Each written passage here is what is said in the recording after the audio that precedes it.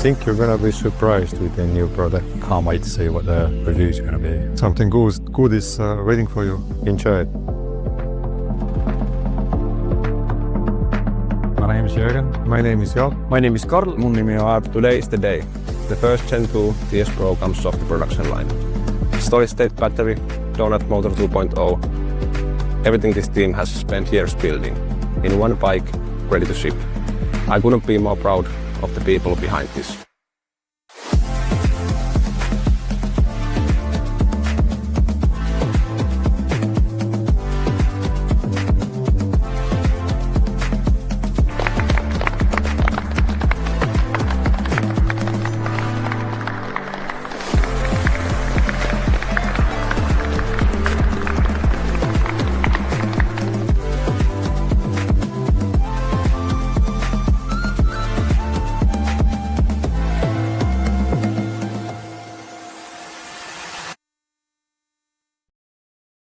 Ladies and gentlemen, not only have I been talking about suborbital technology in my last couple of shows, but since then, interviews with the NASA administrator are increasing. His confirmation of a moon base that will be mining helium-3 was astounding just yesterday. Space is definitely the economic high ground for America, but our ambitions for interplanetary travel are not the complete picture. Ground propulsion systems are also advancing. Batteries, nuclear fission, and ionotronic devices. That's right. We are quickly moving towards new energy, new vehicle production lines, and smart fabrics. Find out more on your favorite show next on Redline Live.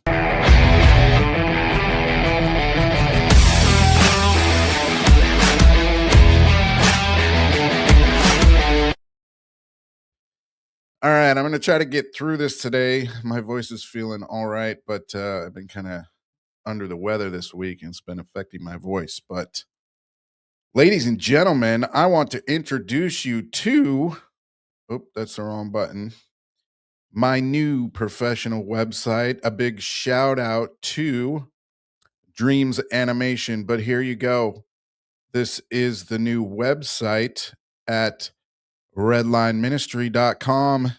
Go on and check it out, people. You can join the movement there, grab my new book, and also jump into, if you're interested in being a political candidate in this here United States of America, and even in your own municipality, city, council, whatever, you can grab a look at my 3-point format to gain access to training to be a political candidate. That's part of what my platform is. Ladies and gentlemen, check it out here. Exclusively a brand new segment to Redline Live. If you're already in office, you know this truth. Winning an election is one thing, leading with conviction is another. If you're considering a run for local office, Congress, or the Senate, the question isn't if you're qualified, it's whether you're prepared to stand without compromise. We've been told for too long that faith belongs outside the conversation, but history proves the opposite. When God's principles are removed, leadership collapses. Redline for Candidates was written to equip candidates and leaders to bring clarity, courage, and biblical foundations back into the public square, not as noise, but as strategy. This isn't theory, it's a framework for speaking truth, drawing lines, and governing with moral authority in hostile environments. I'm inviting you to download the book, take advantage of all the content, and if you want, then you can join our 3-module training program, specifically designed for conservatives, Republicans, who don't just want to run, but want to win and lead with integrity. Inside this powerful book, Redline for candidates, I'll show you how to integrate faith, messaging, and discipline so your campaign reflects conviction, not calculation. All right. So like and share this today. Please share, direct people to go to redlineministry.com once again and check out my new platform there. All right. There are so many ways to get involved these days and to expose the darkness, right, ladies and gentlemen? And so one of the ways that I'm doing that, and I think we can really get involved and discern in these days as Christians and avoid the riffraff, avoid the futuristic distractions that are coming our way with AI. You know, a lot of people they doom scroll and they're looking at all these different videos and they're getting their information from that. Ladies and gentlemen, that's only going to get worse. It's going to get way worse, and we're not going to be able to tell the difference or the truth, as a matter of fact, by doing stuff that way. The main way is to stay grounded in the Word of God, obviously, because the one and absolute truth and foundations are from Jesus Christ alone, and His Word is truth. All right. So, but another way we can do this is by pulling up actual institutions and what they're talking about in our day and age. If it's written about in articles, not to say that articles can't be skewed and distract us away from the real truth, but more than likely articles that are written are going to be closer to the truth than stuff that is produced on videos to try to convince us of what is possibly real. So that's why I want to go into what I researched today, because a lot of interesting things are happening, not just in suborbital space, although that's one of my peak interests in finding out what our military is building. Because when disclosure is coming out about all this alien stuff, right, we need to understand that 90% of what we're going to be seeing when they bring this stuff out is stuff that we've built. And I know I've said this over and over again, but we need to know what that 90% is and what we're looking at. So, without further ado, let me stop sharing that one. We are going to pull up the very first thing that I want to share with you guys today. Wait, let me go like this. Split that. Boom. Okay, now we're going to share it out to you guys. Sorry, I'm a little disoriented today. A little slow. Here we go. Scientists turn MXene into tiny nanoscrews that supercharge batteries and sensors. Now, when we get into talking about what is being produced here on the ground, I think it's super important we look into these things, because the production line of stuff is getting ready to change exponentially, ladies and gentlemen. So we're getting ready to see vehicles that look like the movie Tron, for one, and different mechanisms like watches, maybe clothing and stuff that we've never seen before come out into the open and be able to do the things that you only see in sci-fi type movies, right? So let's read into this. Scientists have transformed a groundbreaking 2D nanomaterial called MXene into an even more powerful 1D form. Tiny scroll-like tubes that are incredibly thin yet highly conductive. By rolling flat sheets into hollow nanoscrolls, They've created structures that act like fast highways for ions, boosting performance in batteries, sensors, and wearable electronics. Now, the one thing you guys got to remember about, and I think I talked about this a little bit when we were talking about the new planes they're building and the material they're using for it. Sorry, my voice is struggling. But these tubes are also in new materials they're using to build our planes, right? And the thing about them is they can be manipulated. Like the one plane I had showed you a few shows back, it can change shape and color according to its environment. So when they're able to do this with these tiny little tubes, uh, what kind of materials are we gonna see start coming out because of that? Pretty interesting.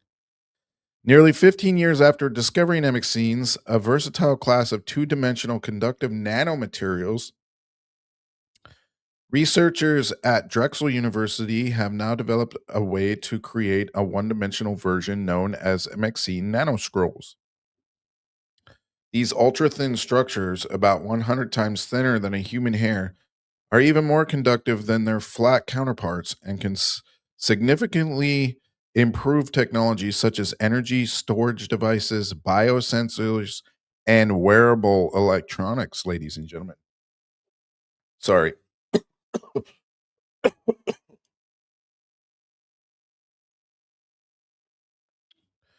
right. Two-dimensional morphology is very important in many applications. Morphology. So whatever materials are going to be made are going to be able to you're going to be able to morph them.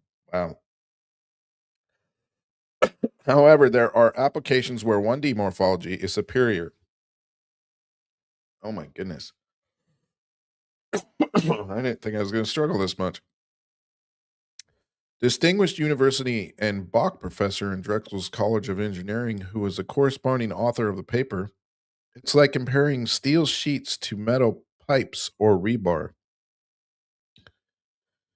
One needs sheets to make car bodies, but to pump water or reinforce concrete, long tubes or rods are needed. The team created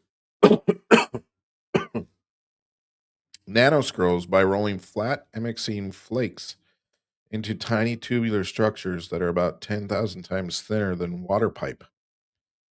These tube-like materials can strengthen polymers and metals or guide the movements of ions in batteries and uh, desalination systems with far less resistance.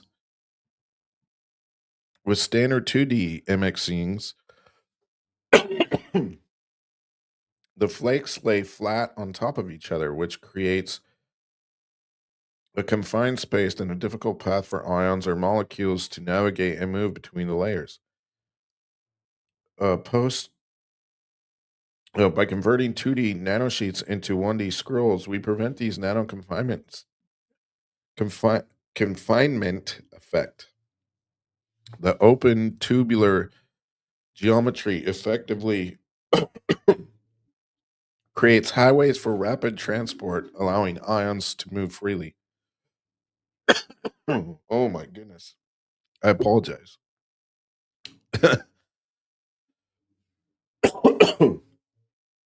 While similar structures made from graphene, such as carbon nanotubes, are already well known, producing consistent, high quality MXene nanoscrolls has been difficult. MXenes offer advantages over graphene, including richer chemistry, easier processing, and a higher conductivity. But earlier attempts to form scrolls often led to uneven results. So, if you think about some of our new phones, our screens are made of graphene. Um, and graphene is pretty cool material considering some of the new phones that just came out, like the Z Fold and the Z Flip. You can actually fold the glass. Pretty crazy. To make the nanoscrolls, researchers start with multi-layer MXene flakes. Here, hold on. MXC inflates. By carefully adjusting the chemical environment, they use water to change the surface chemistry of the material. This triggers a structural imbalance called a Janisch reaction, which creates internal strain within the layers. As this strain is released, the layers peel apart and curl into tight scrolls.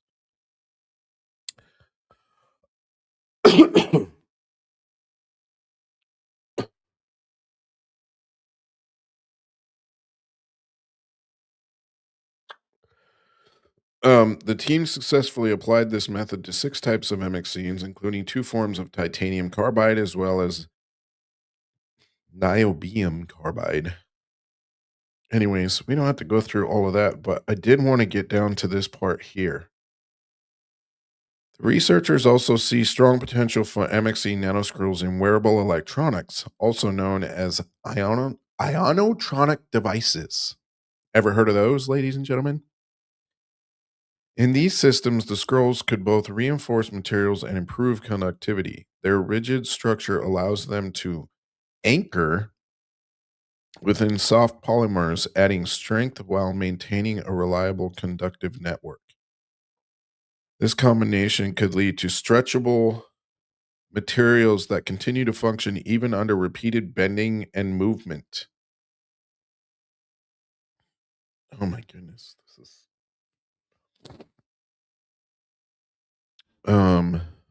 the team also discovered that the orientation of nanoscrolls is in solution can be controlled using an electronic field. This means they can be aligned with fibers and textiles, creating more durable and conductive coatings for smart fabrics. Imagine manipulating millions of tubules, 100 times thinner than human hair, to make them build a wire or stand up vertically to make a brush, Zhang said. This is real nanotechnology as we can manipulate matter at the nanoscale. It is also a critical development for functional textiles as the scrolls could be incorporated as reinforcement materials in synthetic fibers. Superconductivity and future quantum applications. Looking ahead, the researchers plan to further investigate how these nanoscrolls have behave at the quantum level, particularly their potential for superconductivity.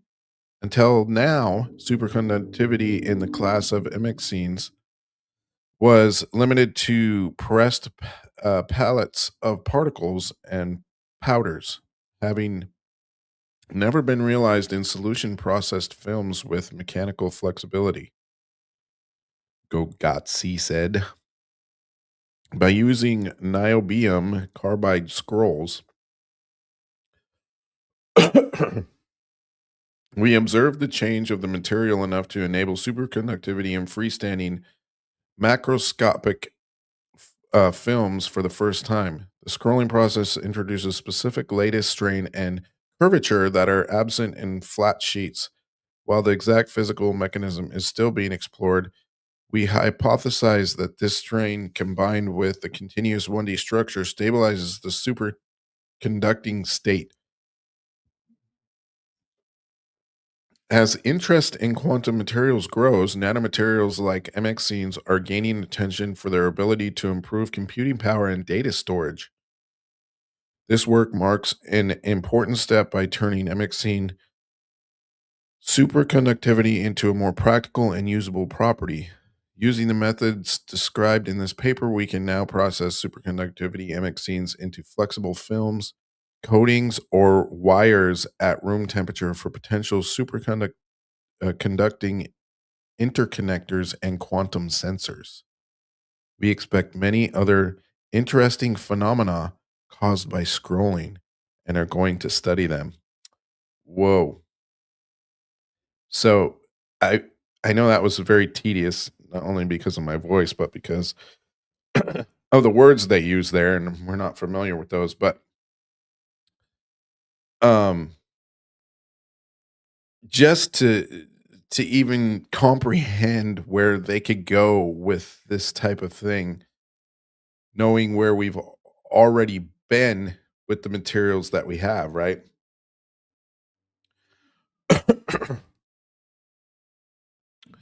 Oh my goodness. All right. So the next thing is, since they're talking about um, the increased stability of batteries and stuff like that, I had this situated a little bit different, but I think I'm going to go into that because what we're approaching with battery level, I think, leads to one of the predictions that I just made on my previous show, where I think, according to propulsion systems, um, batteries have they're using lithium right now, right? So lithium is a huge thing in the United States and all over the world with batteries. And because of their research into batteries, I think eventually they're going to come across something that is mentioned in show Star Trek called dilithium. And I think dilithium mixed with dark matter in a singular drive is going to lead us to the propulsion system eventually. I don't know how far in the future this is going to be, in order for us to traverse space unabated, right? They have, right now, they have a nuclear propulsion system, I guess, that allows them to do some interplanetary travel, but not like we see in the sci-fi shows, right? So let me pull up this article here, which I found pretty interesting. Let me put this over here.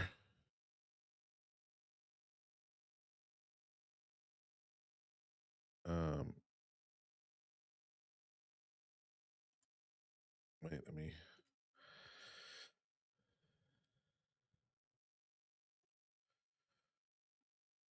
Okay, well, you can see that pretty good, anyways. Breakthrough lithium air battery tech promises 10-time energy density, longer EV range.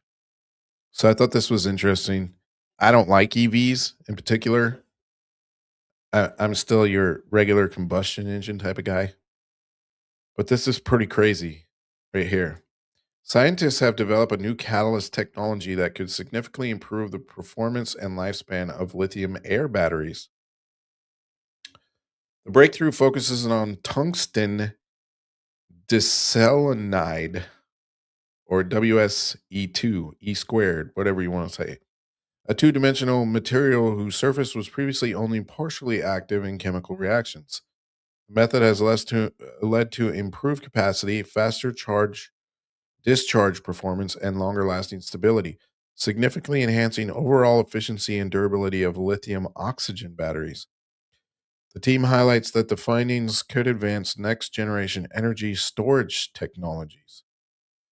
In January 25, DOE, Department of Energy backed researchers unveiled a solid lithium air battery that delivers 4 times the energy of lithium ion batteries, breaking the room temperature limit. Now, if you remember, the Department of Energy is specifically working out of Argonne Laboratories. So I think one of their teams is on this, but this is pretty cool. As electric vehicles and energy storage systems expand rapidly, the need for batteries that outperform current lithium ion technology is becoming more urgent. Among emerging options, lithium air batteries are seen as a promising solution with the potential to deliver energy densities more than 10 times higher. However, their commercialization has been hindered by slow reaction rates and short lifespans, largely due to a lack of active catalytic sites needed for oxygen reactions during charging and discharging. Now, this is going to blow your mind here in a minute because batteries have actually taken off and are um, much farther advanced than this, which is interesting because this article is brand new. Let's see when it came out yesterday, April 2nd. So what we're going to get in here next is pretty intense because this part of the research is limited. As electric vehicles and energy store systems expand rapidly, the need for batteries that outperform current lithium-ion technology is becoming more urgent. Among emerging options, lithium-air batteries are seen as promising solution for the potential to deliver energy densities more than 10 times higher. Okay, I read that. To address this, the team led by researchers from the Korea Institute of Science and Technology, the Institute for Advanced Engineering, has developed a new catalyst technology based on the two-dimensional material tungsten diselenide. I don't even know how to say that. Whatever. The innovation transforms the material's typically inactive surface into a fully active catalytic plane. And there's a diagram of how it works right there. Significantly improving both battery performance and durability. This was achieved by introducing platinum atoms into the material's layered structure and deliberately creating atomic scale vacancies where selenium atoms are missing, according to a statement by the National Research Council of Science and Technology. These vacancies act as highly effective reaction sites, enabling strong interaction with oxygen molecules and accelerating key processes known as the oxygen reduction and oxygen evolution reactions. Importantly, this approach enhances catalytic activity without compromising electrical conductivity, marking a significant step forward in the development of next generation energy storage systems. The lithium air battery using this advanced catalyst achieved a stable lifespan of over 550 charge discharge cycles, even under fast operating conditions. It also showed greater stability and durability than conventional high cost catalysts such as platinum or carbon and ruthenium oxide, performing reliably across a wide range of charging speeds from slow to rapid. These results highlight its potential to deliver consistent performance with minimal degradation even during high speed charging. According to researchers, the development introduces a new design strategy that overcomes the structural limitations of two dimensional materials by transforming the entire surface into an active catalytic site. This approach not only enhances efficiency, but also preserves electrical conductivity, making it highly effective for energy application, reports NRCST. China's building gravity batteries. Beyond lithium air batteries, the technology is expected to support improvements in systems such as water electrolysis and fuel cells.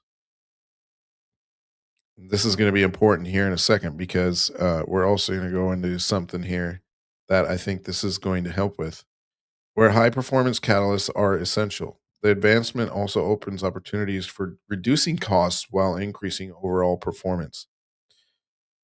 The team claims that with international collaboration supporting the research, the technology demonstrates strong potential for future commercialization and could play a key role in advancing next generation energy storage and high power mobility solutions. High power mobility solutions. Keep that in mind. All right.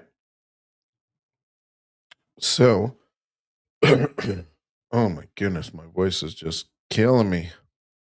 I had to skip yesterday because I couldn't hardly talk at all.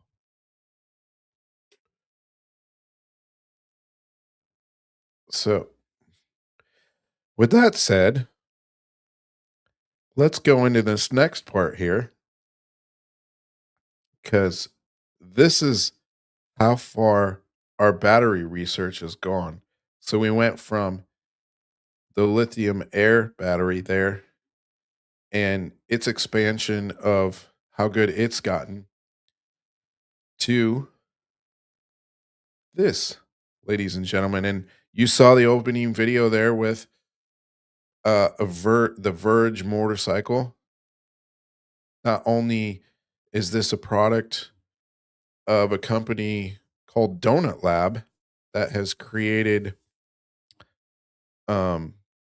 a circular version of the battery slash wheel in these devices, these new product lines, and motorcycle would be one of the more easier ones that they've created to show off their technology. But I guess it's being put into semis, even semi trucks, with, their whole wanting to automate the trucking industry, which is a long shot. But hey, what do I know? I'm only a garbage truck driver.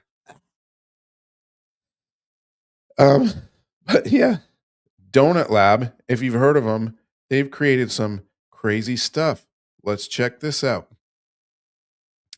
Why is that not at the top of the page? Here we go. World's first solid state battery powered electric motorcycle production begins. The TS Pro features Donut Lab's solid state battery, 217 mile standard or 373-mile long range with ultra fast charging.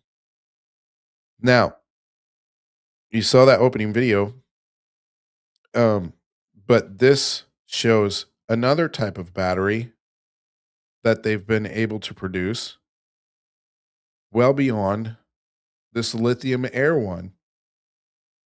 And I'm not sure exactly how a solid state battery is. And on my thumbnail there, I'm actually in front of a picture of one. But imagine if they can implement this solid state battery into modern day robotics, just as a thought for you guys as we go into this here. But avoid talking through this whole article here, I just want to play the video for you. It's kind of long, but I'll pause it and comment along the way.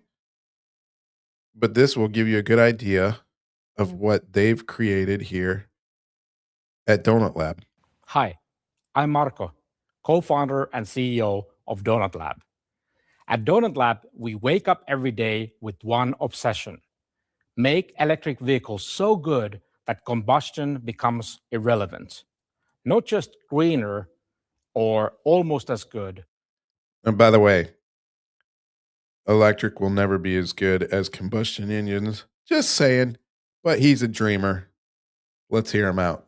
But better in every way. Last year at CES, we introduced donut motors. And they weren't just a concept or promise. They were a breakthrough in physics and economics. More torque and power per kilogram, but also more torque and power per dollar. A lot of people didn't believe it, but today those motors are real. They are used in everyday vehicles from motorcycles to trucks. And more than 100 OEMs globally are currently in the process of upgrading their product roadmaps. And that brought us to the next problem. Because even with a revolutionary motor, the entire EV experience is still limited by one component: the battery. Range, charge time, cost, weight, and lifetime, all limitations. So today, we are doing what we did with the motor. We are changing the baseline. We are announcing a new battery that reshapes the economics and the experience of electric mobility forever. It's solid state, and it's going to transform the industry. And once you see what it enables, combustion doesn't just look outdated, it looks unnecessary.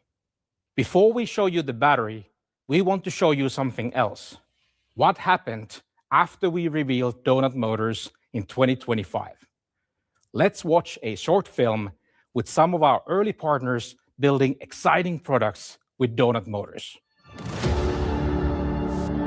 The Watt EV platform technology, coupled with the Donut Lab in-wheel technology, opens up so many possibilities to do things quickly with technical benefits that we haven't previously been able to exploit.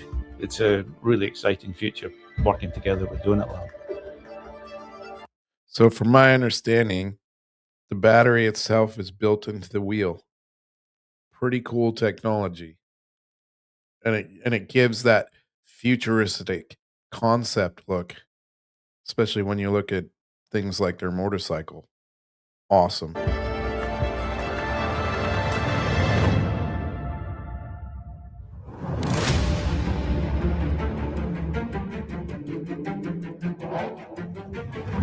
For our next model, the AR5, we're going to use the Donut Lab 12-inch donut motor.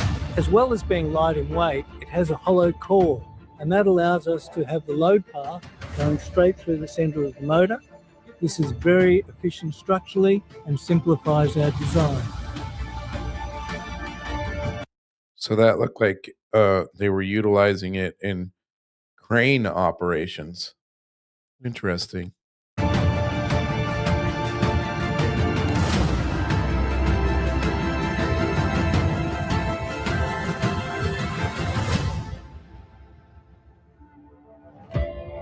Now that blows my mind. In semi trucks, like when you're carrying a load, no thanks. I think I'll stick with the traditional steel wheel and my air brakes, but I digress.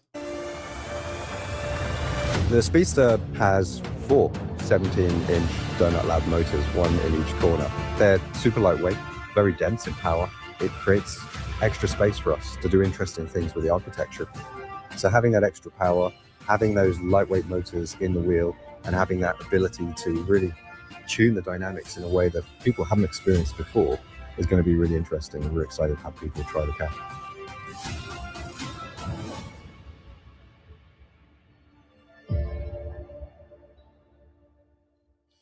So today, we are doing what we did with the motor. We are changing the baseline of battery. For the past decade, the industry has been promising the same thing: solid-state battery. You've seen the headlines, and you've seen the prototypes. You've heard next year for as long as you can remember. In theory, solid-state fixes the biggest limitations of lithium-ion: energy density, charging speed, lifetime, and safety. But here's the reality. Until today, there are no vehicles in production using solid-state batteries. Not one.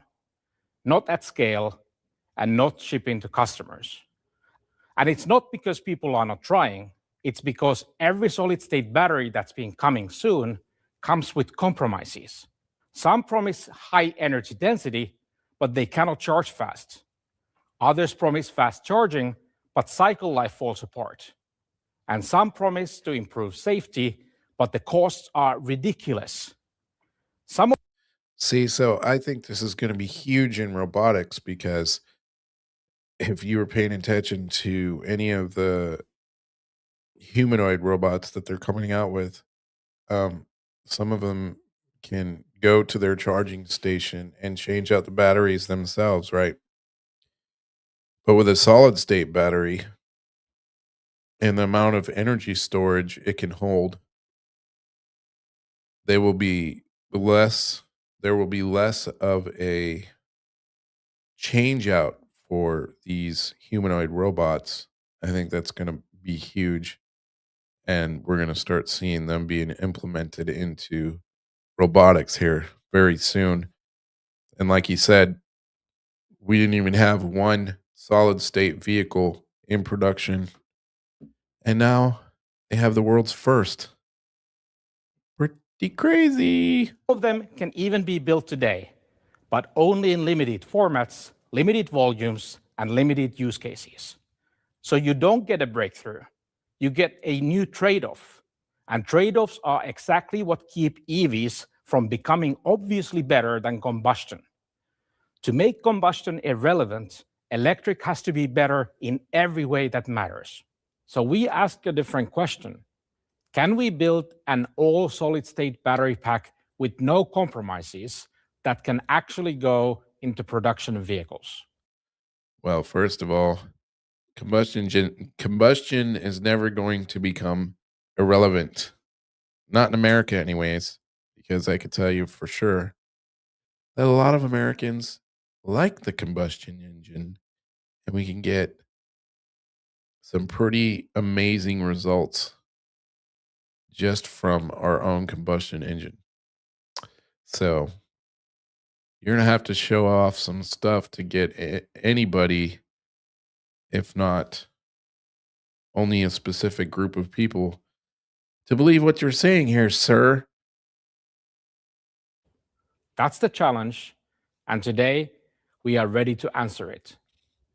Today, Donut Lab is presenting a no-compromise, all-solid-state battery.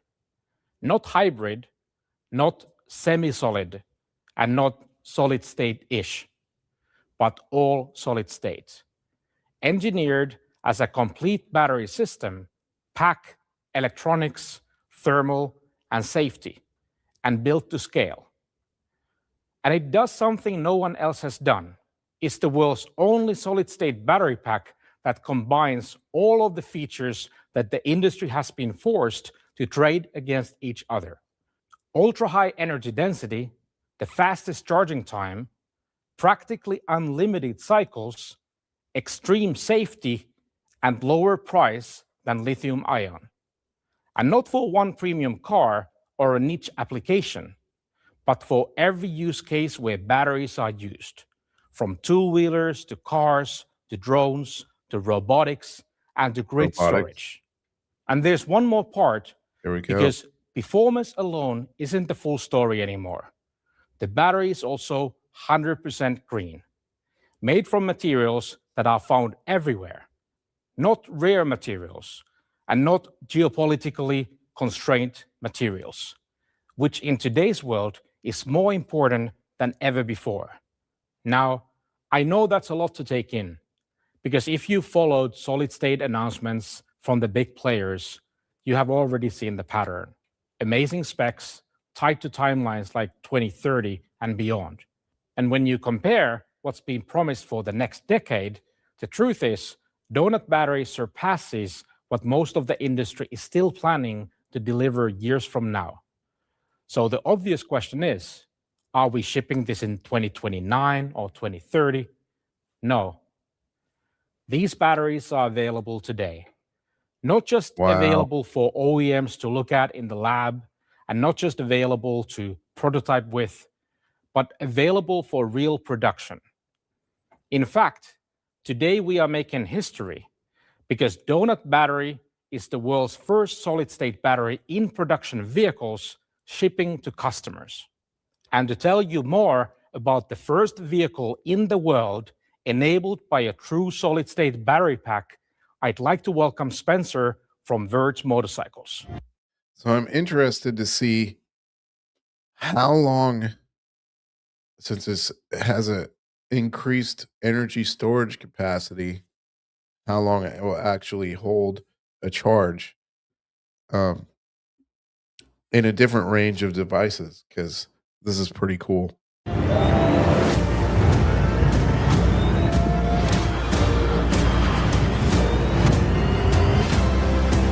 And by the way, like, I'm not interested in EV cars really. I can't think of one that is even remotely attractive. A lot of people are up in arms over these Revion trucks, which are fully EV. But some of these motorcycles are pretty cool looking, like this futuristic one with the back wheel on it. It's pretty cool looking. I think I would ride it. I don't know. You'd have to put it in front of me.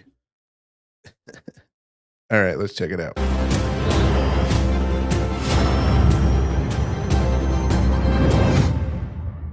Thank you, Marco. At Verge, we do not follow trends. We shape the world of motorcycling by using technology that doesn't just improve the ride, it transforms it. Our mission has always been simple, to create the world's best electric motorcycles. And proof of that is the Verge TS Pro. It delivers more performance and more real-world range than any other electric motorcycle on the road today. And in 2025, we didn't just claim that. We proved it by breaking the official Guinness World Record for longest journey by an electric motorcycle on a single charge.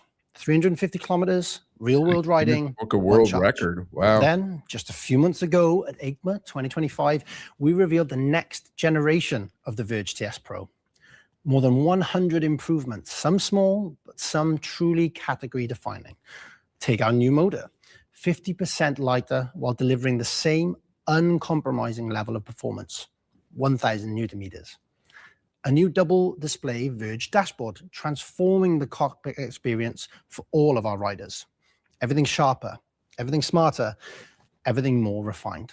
But that wasn't the full story. We deliberately kept one little secret.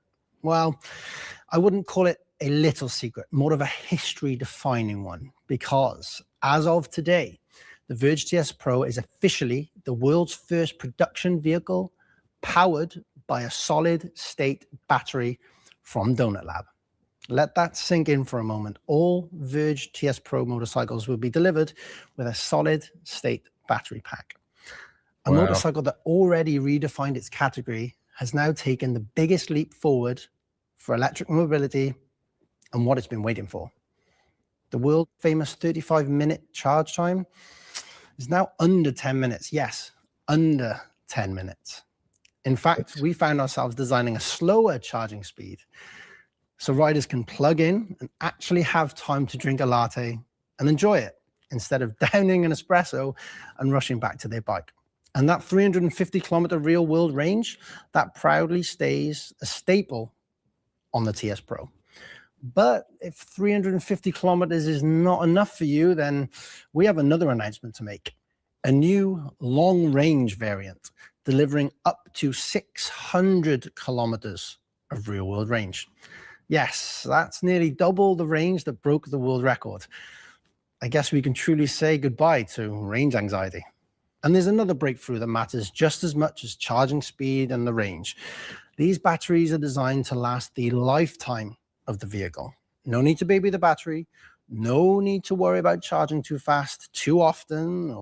And just for an FYI, 600 kilometers is 372, almost 373 miles. So that's pretty significant for an electric vehicle. All too full. Run it to zero, charge it to 100%. Every time, just ride. And for everyone waiting in the queue for a TS Pro, both in the United States and in Europe, we are automatically upgrading your order to the new generation of the TS Pro, the world's first motorcycle produced with a solid-state battery. If you do want to upgrade to the long-range version, send us an email and our team will get back to you and take care of the rest. This is Verge Motorcycles. Marco, back to you. Thanks, Spencer. In addition to upgrading Verge TS Pro with Donut battery, Verge is also the exclusive channel partner of Donut battery technology for the two-wheeler industry. This means that global OEMs producing more than 60 million motorcycles every year now have access to this transformative technology as well. So let's go a little deeper into the details of this new technology. Let's start with energy density because it's the foundation. Energy density defines range. It defines weight. With Donut battery, we set a new baseline, 400 watt-hours per kilogram. And that number matters because it changes the design envelope. It means one of two things. You can build an EV with dramatically more range at the same weight, or you can build the same range vehicle with a much lighter and smaller pack. And when you reduce pack size and weight, everything gets better. Efficiency, performance, handling, and cost. Now let's talk about the thing every EV customer asks about first, charging. The dream has always been charging that feels like refueling. But until now, this has not been possible. With Donut battery, it becomes the new normal. This pack charges from 0 to full in as low as 5 minutes. Whoa. As low as 5 minutes, and still built for longevity.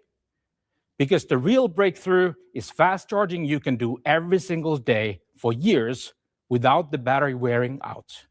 And this is the part that quietly changes everything. Because lithium-ion has a life. Yes, you can manage it. You can protect it, but it ages. Donut battery is designed differently. It's designed for 100,000 cycles. Now, that's not just better cycle life. That's an entirely different category. And when cycle life stops being the limiter, it transforms the total cost of ownership. It transforms residual value.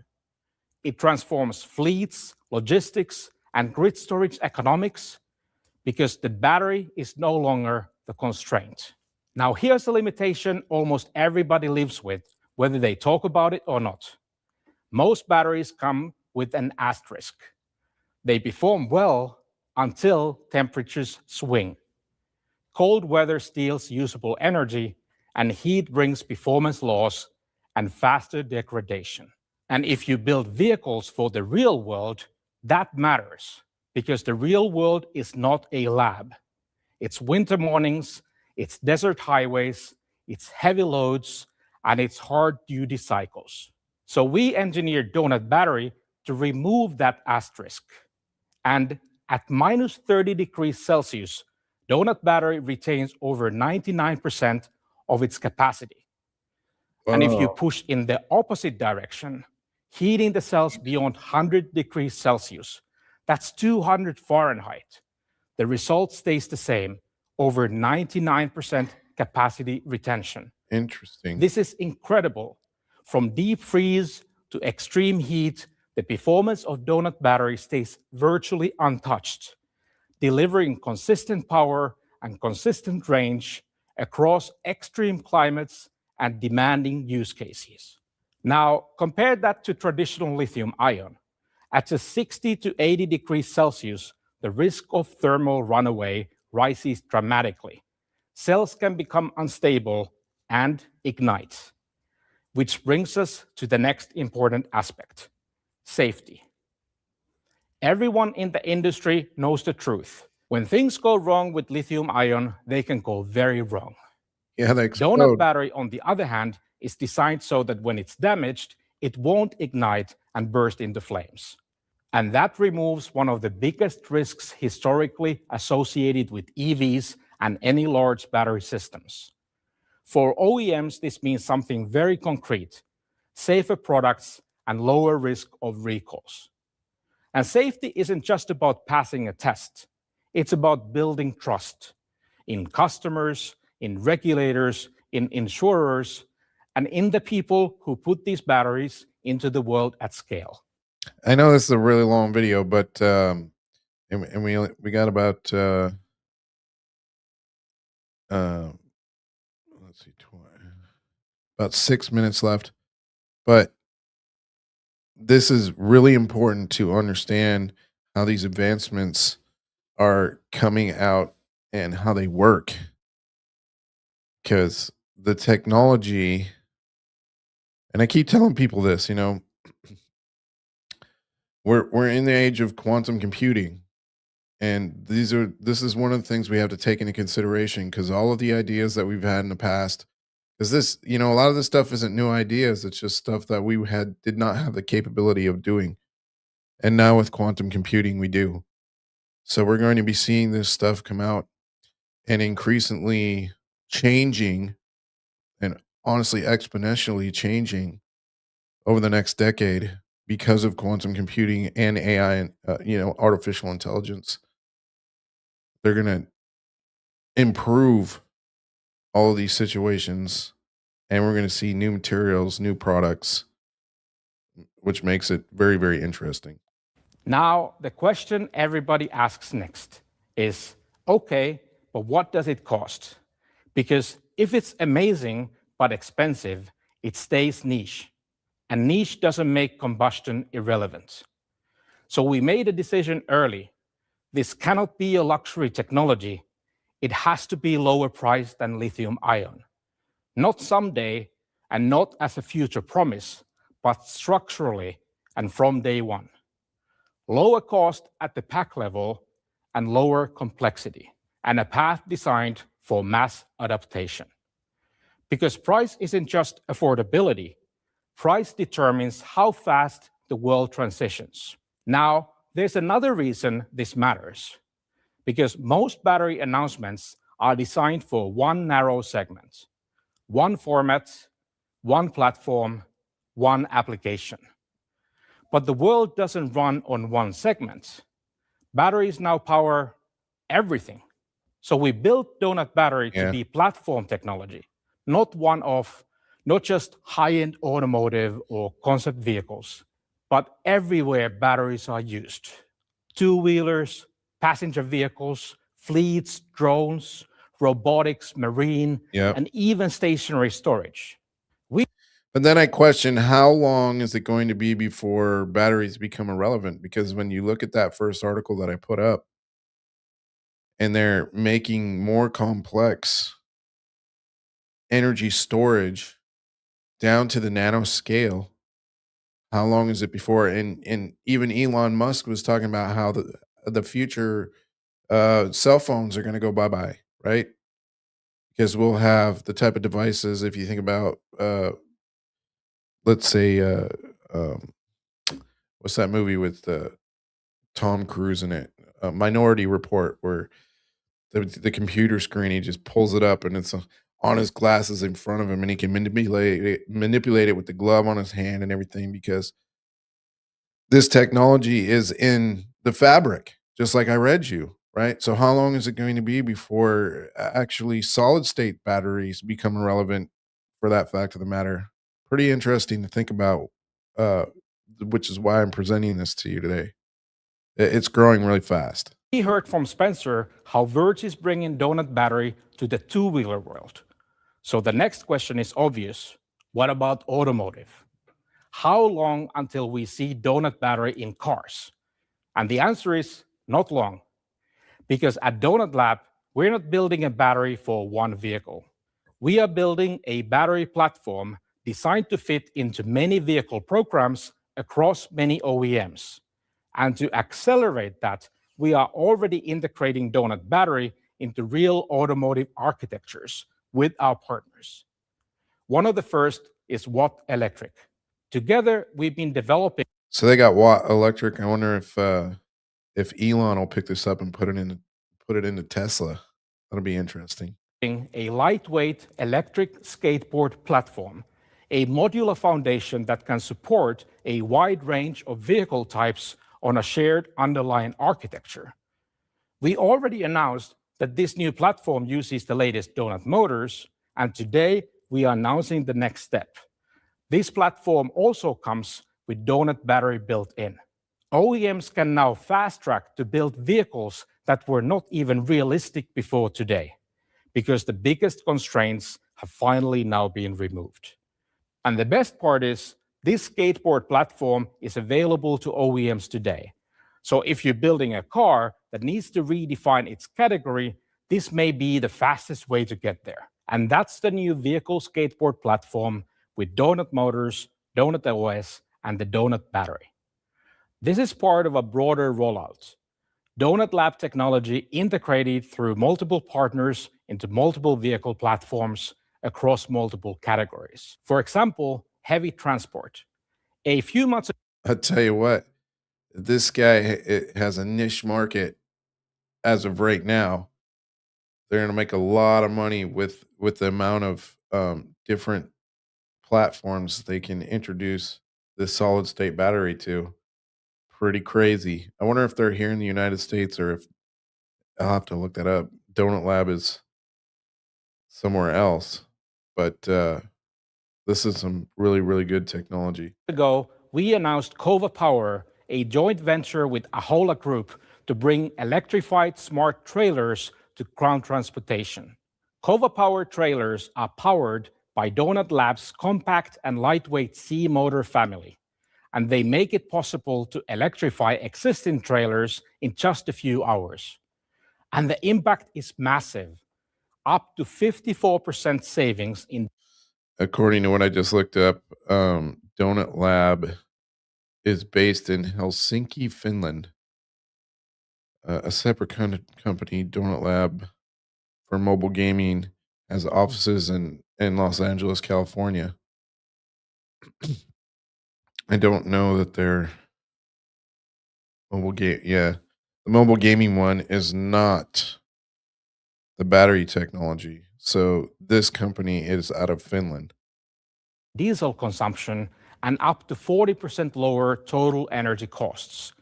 That's a multi-trillion-dollar savings opportunity globally. Europe has more than 3 million trucks. Makes me wonder what our trading relationship is with Finland. I know they're part of Europe, like you just said, but with the tariffs and stuff, I wonder if the Trump administration is interested in investing in something like this. And the US has another 3 million. And Kova Power is uniquely positioned to electrify them affordably and at scale. And yes, you guessed it.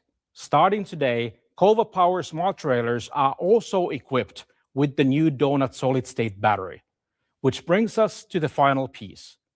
Because when you scale batteries from motorcycles to cars to trucks to the entire world, one question matters as much as performance. What is this transition actually built from? So let's talk about materials.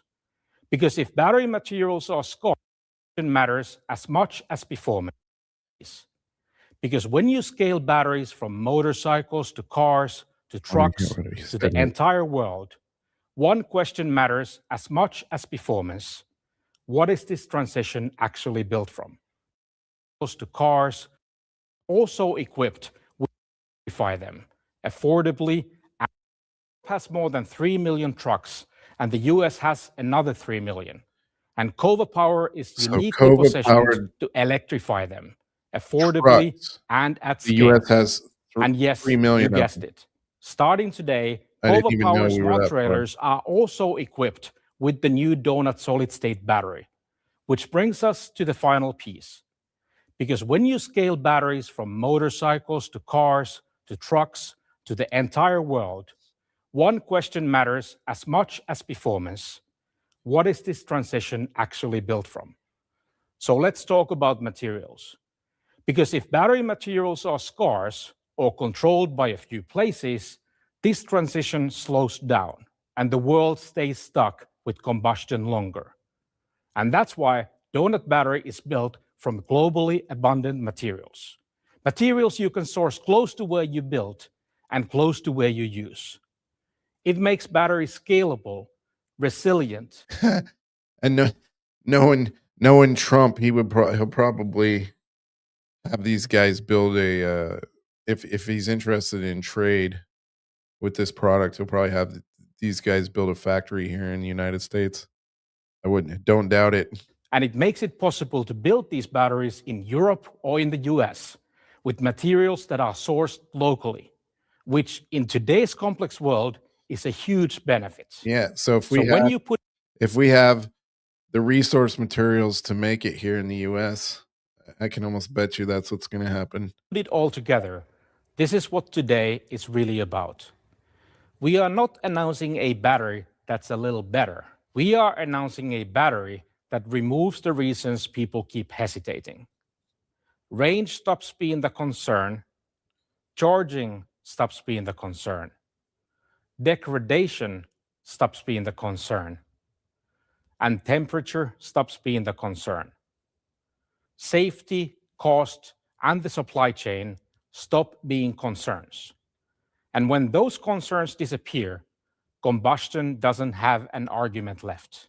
And that's when the transition becomes inevitable. If you zoom out, you will see what we're really building here at Donut Lab. Because last year, we reinvented the motor. And a few months ago, we reinvented EV development with Donut OS. And today, we reinvented the battery. We don't just make components and software, but we are also reimagining the control units that make it all work as one system. Motor control, battery control, and real-time intelligence, built together, validated together, and designed to scale.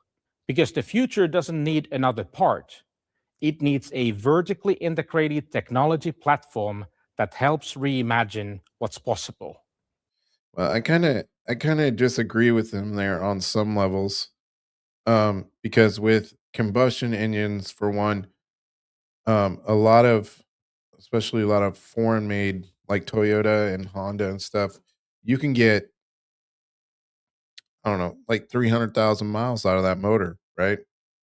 So even though this, let's say they make a vehicle out of this with the four wheels, like they were showing there with the skateboard platform, 100,000 cycles before the battery is compromised, you're still not reaching the potential of a combustion engine. You're just not. And even though you can charge the vehicle in less than 5 minutes and still get the same range out of it, uh, a lot of combustion motors these days are getting 400 plus miles out of the tank of gas, right? So, and then on top of that, you can fuel in just a couple of minutes. So, I mean, because we have the convenience of pulling up to a pump, putting in our card, and filling up our car, and be gone again in 2 to 3 minutes. So they're challenging it, I guess you would say, but still not up to scale to what a combustion engine can do, in my opinion. So if you're an OEM, a builder, a team with a bold idea, if you want to create vehicles that redefine their categories, we want to build with you. Motor, software, battery, control units. You can use these incredible technologies independently, but together they create something much bigger than the sum of the parts. We call it the Donut Platform. And with this battery announcement, it's finally complete. This is the moment combustion stops competing and starts becoming irrelevant. Thank you for your time and welcome to What's Next. That is pretty cool, ladies and gentlemen. All right. So that was a lot of information about batteries, I know, but you know what I'm talking about, the interstellar stuff, the suborbital vehicles that the military is making. This is just pretty cool to see. Um, Other companies that are here on the ground all over the world, this one being in Finland specifically, um, coming up with things that will change even our vehicles and momentum here on the ground rather than in space. And tracking that too is going to be important, considering we're going to see new looks of these devices and these vehicles, stuff that we've never seen before. I mean, if you pay attention to any like concept magazines of what these vehicles could start to look like for the future, um, then this lines up with it, and that's just pretty cool. Considering, I don't even follow any of that stuff, but I've seen it here and there, and they're just concept vehicles, and you never see anything like that driving down the road on a normal basis. Like, I think they just keep it like a competition type of thing. Who can come up with the wildest concept vehicle, right? And they kind of keep it under wraps where that stuff isn't mass produced and put out for the public to actually have access to and drive, right? So another area of advancement here, and this one here is pretty cool. Um, when we're talking about suborbital craft and propulsion systems, this is going to get pretty wild because here on the ground we have created a new energy source. And this is important because I know one of the things here in Oregon is they're talking about building a data center in Boardman. And Trump is talking about these data centers that go up. They're going to have to put their own energy sources. And I was actually pretty concerned about this over the last couple of weeks, knowing that we're seeing the gas prices increase pretty high from this war over here that doesn't even affect our oil industry, but still we got these astronomical prices, right? But we got these data centers popping up everywhere. And from what I know, we really even and I've talked before on small modular reactors for nuclear power for these data centers, but to my knowledge, we hadn't even come up with anything yet that could run these facilities on their own. And so we're going to start, when if you live in an area where you start seeing these data centers pop up, like for Texas being one, they got them popping up everywhere. Are they going to run off of our power grid and cost our to our electricity bills to go up, skyrocketing, passing it on to the consumer, right?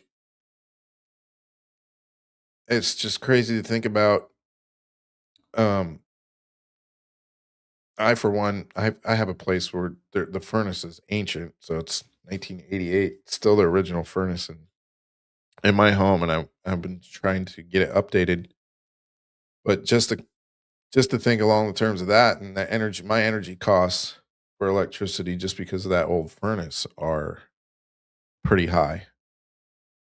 So I don't want to see anything detrimental as far as electricity costs go because of data centers popping up in my area. So I really was hoping to see something, and that's why I researched this out. So check this out. Stellarators are among the leading fusion energy candidates. Here we go. This isn't the one that I was talking about as far as what they've come out with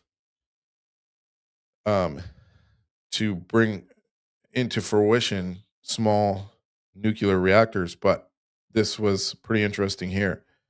Long an underdog in an underdog field, stellarators are now in the running to produce fusion energy. Both the stellarator concept, confining plasma with external magnets and a complex geometry, and more broadly, fusion energy development, have benefited over the past decade from scientific and technological advances. A push for green energy and burgeoning investor interest. Well, now under the Trump administration, we're not pushing for green energy, but there still are those companies out there. Stellarators gained attention in January when one startup, Thea Energy, was the first of 8 companies pursuing 5 fusion concepts to complete an early design review as part of the Department of Energy's milestone-based fusion development program. There we go. We got the DOE involved again. DOE launched the program in 23 to promote public-private partnerships in fusion, modeled partly on NASA's Commercial Orbital Transportation Services program. Go figure. It's all about the suborbital propulsion systems, as evidence of what I just read there, which helped SpaceX succeed. The DOE program awarded $46 million total to the 8 companies. Along with providing some federal funding, the DOE program validates company achievements and helps them raise private money, says Scott Sue, who, as lead fusion coordinator at DOE, was the milestone program chief architect. He is now at the climate tech venture capital company, Lower Carbon Capital. So that's an offshoot company, I guess. Harder to build, but easier to run. The entire fusion energy community got a shot in the arm with the 22 demonstration of net gain at the National Ignition Facility. 2 of the DOE milestone awards are to companies that similarly use inertial confinement fusion, which focuses high-powered lasers on a small fusion fuel capsule containing isotopes of hydrogen. And here we go with the hydrogen. Hydrogen is highly explosive, ladies and gentlemen. That's why they're trying to move away from it.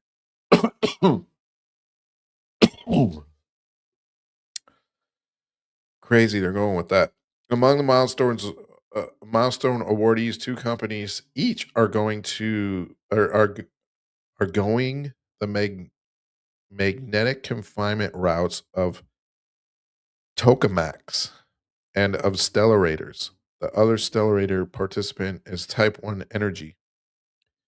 Stellarators were invented in 1951 in the US, Germany, and Japan. Each have one, and research has continued in the US, but the concept fell behind tokamaks, which are the most studied of all fusion energy approaches. Tokamaks have the most people and most experiments and seem a safe path, says Felix Diaz, who heads the theory department at the Princeton Plasma Physics Laboratory and served on DOE review committee panels for the Milestone program. But the tokamak has an Achilles heel. It requires an electric current in the plasma as part of its confinement mechanism, and instabilities in the current can lead to disruptions. If that happens, says Diaz, the plasma cools, current goes to the wall, and the magnetic field creates forces that can damage the walls. You have to stop the machine and repair it. For tokamaks to reliably provide energy, he continues, the game is early to be clever or to sacrifice performance to keep the plasma stable.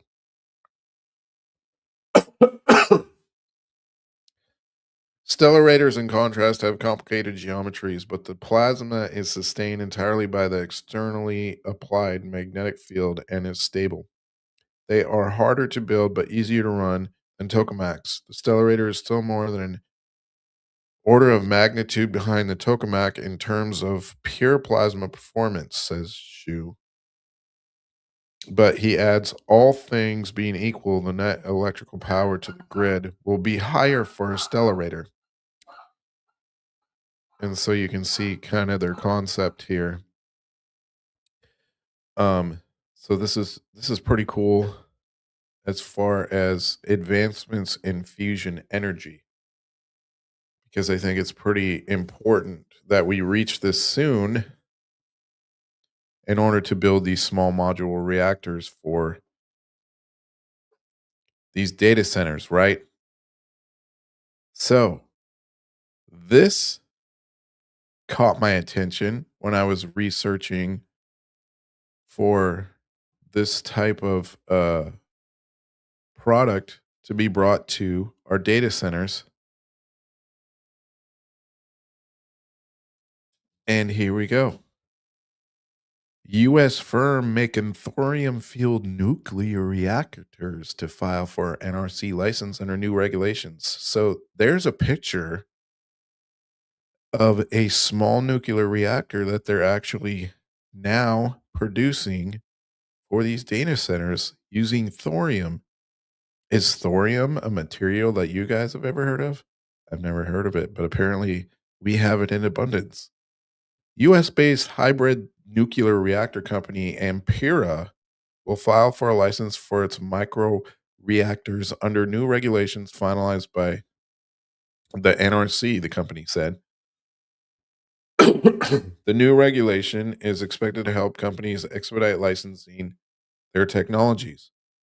With increasing demand for energy without carbon emissions, nuclear energy is poised for a major comeback. While countries like China are investing heavily in building large-scale nuclear power plants, concerns about their safety and costs have prompted the development of small and micro-scale reactors as well.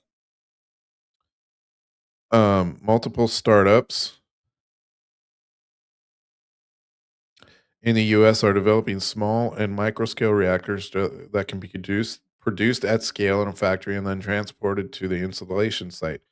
This helps reduce manufacturing costs, while a modular setup also allows facilities to scale up to meet variable output requirements. See, Florida-based Ampera is one such startup, but it is using a different approach altogether. Ampera is building thorium-enabled microreactors with outputs in the 15 to 30 megawatt range. An important feature of these microreactors is that they do not require refueling, enabling continuous operation for decades. Ampera's reactors use triso fuel, which is abundantly available from thorium, eliminating the need for fuel enrichment. The heat generated by the fission reaction is used to drive a turbine that uses supercritical CO2 as the working fluid.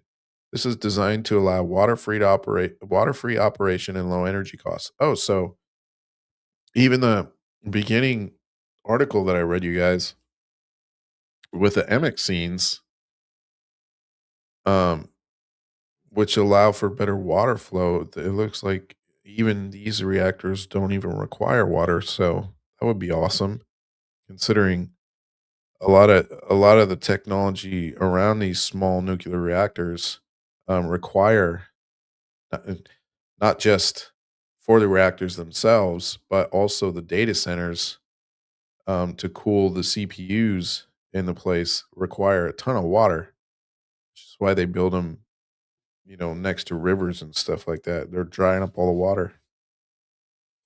Impera is also using artificial intelligence to develop its technology, aiming to power off grid infrastructure with safe, compact nuclear energy systems. All new systems need approvals from the US NRC for licensing, and Impera is no exception.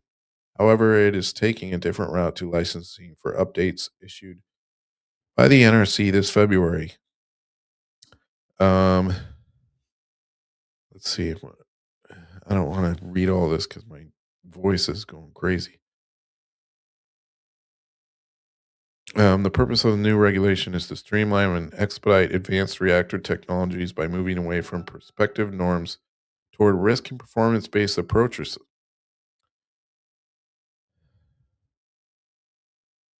So basically, they're approaching this by getting their license so that they can mass produce it, from what I understand, and put these things to market for powering these facilities. But once again, ladies and gentlemen, here is what it looks like.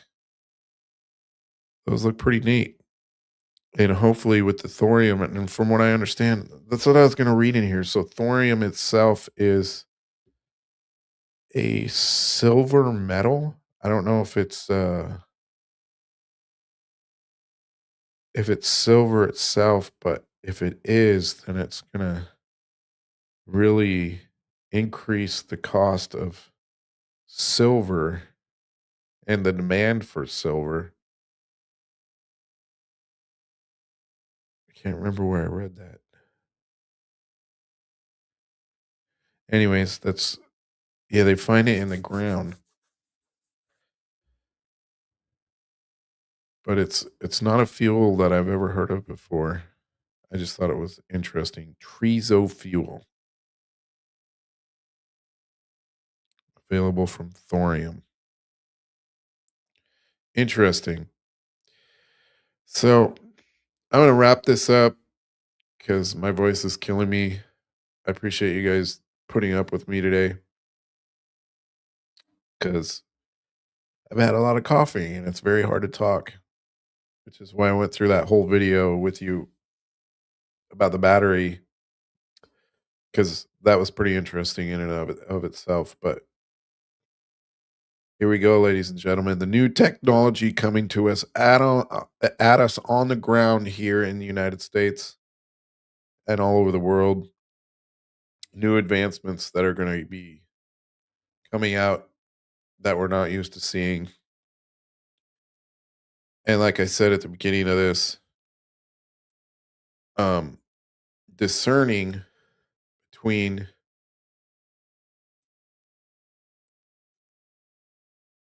what is real and what is not, I think, again, what really helps with that is pulling up these institutions, and the articles they're writing will actually show us the truth of the matter of what they're actually building